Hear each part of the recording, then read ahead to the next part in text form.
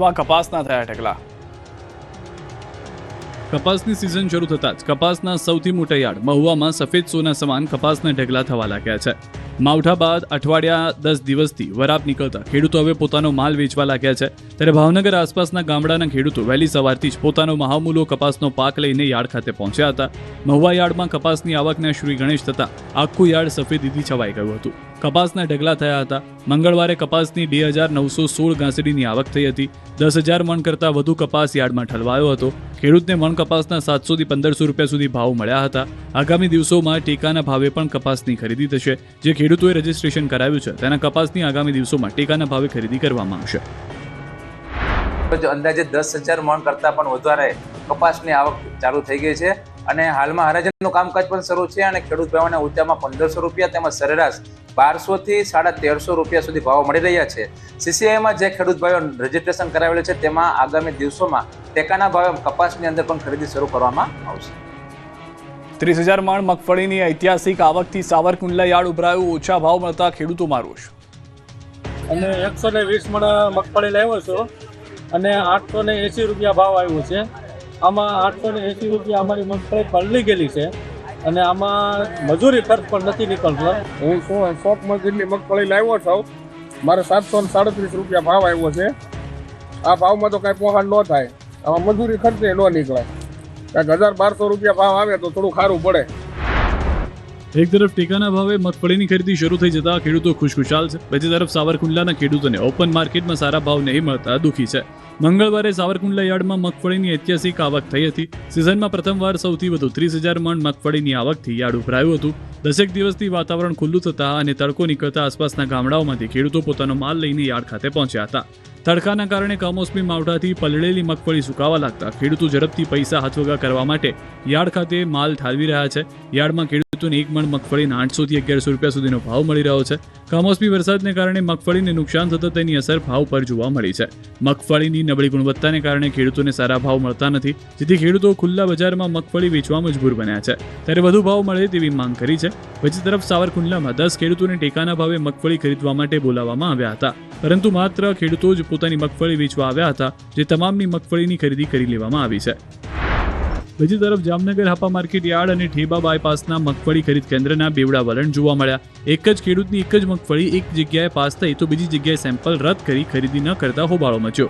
આવું એક નહીં 2 ખેડૂતો સાથે થતા ખેડૂતોએ હોબાળો મચાવ્યો, ફરીથી આ સેમ્પલિંગ કરવાની માંગ કરી। એમાં હાપા યાર્ડ ખાતે મારી મગફળી રિજેક્ટ કરવામાં આવેલી છે અને ઠેબા બાયપાસ એ જ મગફળી સેમ એ જ વકલ અહીંયા પાસ થઈ ગયેલો છે, અત્યારે જોખાઈ ગયેલી છે અને આ કેન્સલ કરવામાં આવી। રીઝન એવું કહે છે કે તમારી મગફળી રિજેક્ટ થવાનું કારણ કે તમારી મગફળીમાં સૂયો છે, તે નોર્મલના કારણે મારો રિજેક્ટ કરવા આવ્યો। કાલ સવારના 5 વાગ્યાના બેઠા છે। આ બસ મારે સરકારને એ જ કહેવું છે કે આનું કંઈક નિવારણ લાવો। સાબરકાંઠા જિલ્લામાં ટેકાના ભાવે મગફળીની ખરીદી શરૂ કરવામાં આવી। સરકાર દ્વારા નિયત કરેલા સેન્ટર ખાતે ખરીદી કરવામાં આવી રહી છે। દરરોજ 50 ખેડૂતોને મેસેજ દ્વારા જાણ કરવામાં આવી રહી છે। જિલ્લામાં 27,000 કરતાં વધુ ખેડૂતોનું રજીસ્ટ્રેશન થયેલું છે। ખેડૂતોને ઓપન માર્કેટ કરતાં સારા ભાવ મળી રહેતા ખેડૂતોમાં ખુશી જોવા મળી રહી છે। બીજી તરફ તંત્ર દ્વારા પણ ખેડૂતોને કોઈ મુશ્કેલી ન પડે તેવી વ્યવસ્થા કરવામાં આવી છે। આ તરફ દક્ષિણ ગુજરાતમાં શુગર મિલો શરૂ। સુરત જિલ્લાના કામરેજ શુગર ફેક્ટરીમાં પૂજા વિધિ સાથે બોઇલર પ્રજ્વલન કરવામાં આવ્યું અને શેરડી ક્રશિંગ સિઝનનો શુભારંભ કરવામાં આવ્યો। ચાલુ વર્ષે 5 લાખ ટનથી વધુ શેરડી ક્રશિંગ કરવાનો લક્ષ્યાંક નક્કી કરવામાં આવ્યો। કમોસમી વરસાદને કારણે ક્રશિંગ શરૂ થવામાં 12 દિવસનો વિલંબ થયો। ફેક્ટરી સંચાલન દ્વારા સભાસદોના હિતમાં મહત્વનો નિર્ણય લેવામાં આવ્યો। ભરેલી શેરડી પાકમાં થયેલા નુકસાનને ધ્યાનમાં રાખીને આ વર્ષે શેરડી પર કોઈ કપાત લેવામાં આવશે નહીં। તો ગણદેવી શુગર ફેક્ટરીમાં શેરડી પિલાણનો પ્રારંભ કરવામાં આવ્યો। 36,000 હેક્ટર વિસ્તારની 9.50 લાખ ટન શેરડીનું પિલાણ ગણદેવી શુગર ફેક્ટરી કરાશે, જેમાં આગામી 165-170 દિવસો દરમિયાન 36,000 એકર વાવેતર વિસ્તારની 9.50 લાખ ટન શેરડી પિલાણનો લક્ષ્યાંક નિર્ધારિત કરાયો। ગણદેવી શુગર ફેક્ટરી દ્વારા દક્ષિણ ગુજરાત માટે જીવાદોરી સમાન સેંકડો શ્રમજીવીઓની રોજીરોટી પૂરી પાડે છે। આણંદના ફતેપુરાના ખેતરોમાં હવે નહીં ભરાય પાણી। ગેરકાયદે દબાણો દૂર થતા ખેડૂતો ખુશ। આણંદના તારાપુર તાલુકાના ફતેપુરાના ખેતરોમાં હવે વરસાદ પડે તો પાણી નહીં ભરાય। કમોસમી વરસાદના કારણે ફતેપુરા કસબારા રોડ પર ખેતરોમાં વરસાદી પાણી ભરાઈ ગયા હતા, કારણ કે માર્ગ મકાન વિભાગની જગ્યામાં થયેલા બિન અધિકૃત દબાણને કારણે પાણીના નિકાલની કોઈ વ્યવસ્થા ન હતી, જેથી ડાંગરના પાકને નુકસાન થવાની ભીતિથી ખેડૂતો ચિંતામાં મુકાયા. ઉગ્ર રજૂઆત કરી હતી. આ અંગે ન્યૂઝ 18 ગુજરાતી અહેવાલ રજૂ કરતા તંત્ર દોડતું થયું. તંત્રએ મકાન વિભાગની જગ્યામાં થયેલા બિન અધિકૃત દબાણને દૂર કરવાની કાર્યવાહી હાથ ધરી. વહીવટીતંત્રએ પોલીસ બંદોબસ્ત સાથે તાત્કાલિક ખેતરો પાસેના દબાણ દૂર કર્યા, જેથી વરસાદી પાણીનો નિકાલ થયો અને ખેડૂતોની વર્ષો જૂની સમસ્યાનો અંત આવતા ખેડૂતો ખુશખુશાલ થયા. હવે તેઓનો પાક બગડશે નહીં. આ વખતે લોકોને બટાકા સસ્તા ભાવે મળશે. અરવલ્લીમાં બટાકાનું રેકોર્ડ બ્રેક વાવેતર. આ વખતે લોકોને બટાકાની વેફર કરવી સસ્તી પડશે. આ વખતે બટાકા લોકોને સસ્તા ભાવે મળી શકે છે, કેમ કે બટાકાના હબ ગણાતા અરવલ્લી પંથકમાં આ વખતે ખેડૂતોએ બટાકાનું બમ્પર વાવેતર કર્યું. અરવલ્લી જિલ્લાના ખેડૂતોએ રવિ સિઝનમાં બટાકાનું વાવેતર શરૂ કર્યું, ત્યારે જિલ્લામાં દર વર્ષ કરતાં આ વખતે બટાકાનું વાવેતર વધુ કર્યું. ચાલુ વર્ષે બટાકાનું મબલક વાવેતર કરતાં ઉત્પાદન પણ મોટા પ્રમાણમાં થવાની આશા ખેડૂતો સેવી રહ્યા છે. નોંધનીય છે કે ગયા વર્ષે અંદાજે 25,000 હેક્ટર જમીનમાં વાવેતર થયું હતું. આ વખતે બમણું વાવેતર કર્યું છે. જો હવે કુદરત સાથ આપે અને કંઈ માવઠું ન આવે તો ખેડૂતો માલામાલ થઈ જશે. ચોમાસુ સિઝનમાં થયેલા પાક નુકસાન સરભર થવાની આશા છે. પનીર ખાવાના શોખીનો ચેતી જજો. સુરતથી 955 કિલો નકલી પનીરનો જથ્થો પકડાયો.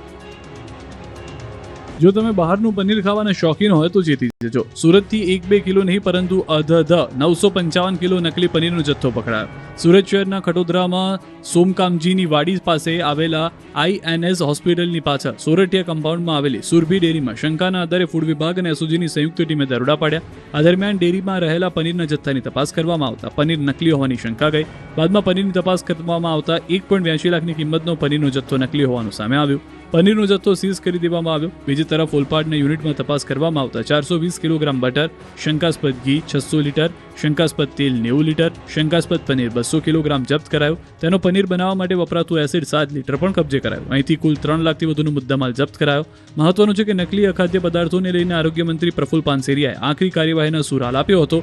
વરાછા વિધાનસભાના ધારાસભ્ય કુમાર કાનાણીએ ભેળસેળિયાઓ સામે કાર્યવાહીની માંગ કરી હતી. નવસારીમાં એસએમસીની ટીમ અને બિશ્નોઈ ગેંગ વચ્ચે ઝપાઝપી, બંને વચ્ચે ફાયરિંગ, 4ની ધરપકડ. નવસારીના બિલીમોરામાં સ્ટેટ મોનિટરિંગ સેલ એસએમસીની ટીમ અને બિશ્નોઈ ગેંગ વચ્ચે ફાયરિંગ થતા ખળભળાટ મચી ગયો. હથિયારની આપ-લે કરવા માટે 4 આરોપીઓ હોટલમાં રોકાયા હોવાની માહિતી મળતા એસએમસી પહોંચી હતી, જ્યાં હાજર 2 આરોપીને ઝડપીને પૂછપરછ કરતા અન્ય 2 આરોપીની મિની સોમનાથ મંદિર હોવાનું જાણવા મળતા એસએમસીની ટીમ મંદિરે પહોંચી હતી, જ્યાં હાજર આરોપીએ ગોળીબાર કરતા પોલીસે પણ સ્વબચાવમાં ફાયરિંગ કર્યું, જેમાં 1 આરોપીને પગમાં ગોળી વાગતા સારવાર માટે ખસેડવામાં આવ્યો. બાકીના 3 આરોપીઓની ધરપકડ કરી તેમના કબજામાંથી 3 દેશી બનાવટની પિસ્તોલ અને 27 જીવતી કારતૂસ જપ્ત કરી આગળની તપાસ હાથ ધરી. હાલમાં પરિસ્થિતિ નિયંત્રણ હેઠળ છે. તપાસમાં સામે આવ્યું કે મૂળ રાજસ્થાન અને હાલ નવસારીના બિલીમોરામાં રહેતા બિશ્નોઈ ગેંગના 2 શખ્સને, એક હરિયાણા અને એક મધ્યપ્રદેશ અને 2 રાજસ્થાનના શખ્સ હથિયાર આપવા આવ્યા હતા, ત્યારે આ ઘટના બની. પ્રાથમિક તપાસમાં પકડાયેલા ઇસમો કુખ્યાત ગેંગ સાથે સંકળાયેલા હોવાનું સામે આવ્યું, જેના આધારે પોલીસે આ સમગ્ર નેટવર્કની ઊંડાણપૂર્વક તપાસ શરૂ કરી છે. તમામ આરોપીઓ સામે ગંભીર ગુનો દાખલ છે. હત્યા, ખંડણી, હત્યાની કોશિશ જેવા ગુનાઓ ભૂતકાળમાં દાખલ થયા છે.